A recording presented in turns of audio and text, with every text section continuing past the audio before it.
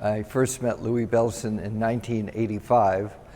I was at that time playing drums with Journey, and I was invited by the Zildjian Cymbal Company to do a drum clinic with Louie Bellson and Billy Cobham.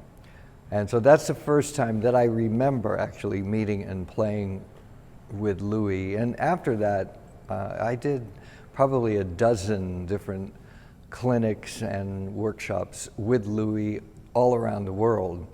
So I did get to know him very well, and he showed me some great stuff on mainly on the snare drum, because he was such a brilliant snare drum player and a beautiful man. So we enjoyed just hanging out, having some fun together, and playing drums. Very, very exciting, and this has been in the works for actually quite a long time.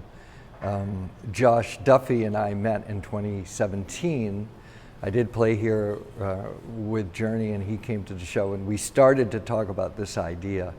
And then Melinda booked me actually 1 year ago to play here with my group Vital Information.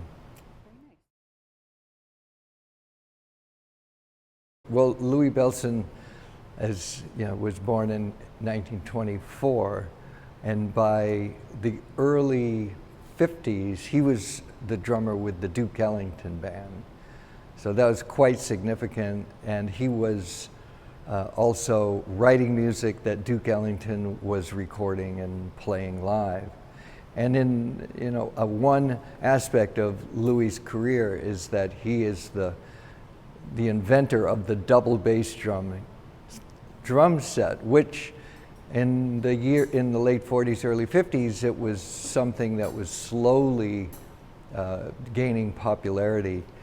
But come 1968, with Ginger Baker playing with Cream with double bass drums, Billy Cobham 71 through 73 with Mahavishnu Orchestra with double bass drums, and then after that, the craze just really caught on. So now it's a ubiquitous drum setup with the double bass drum, or in my case, I don't have a double bass drum, but I have a double pedal.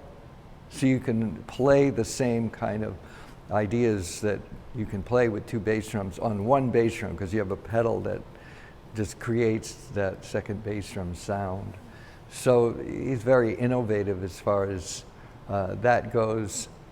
Also, it's just his brilliant technique and touch and musicality is really very inspiring, still to this day, to me and many other drummers.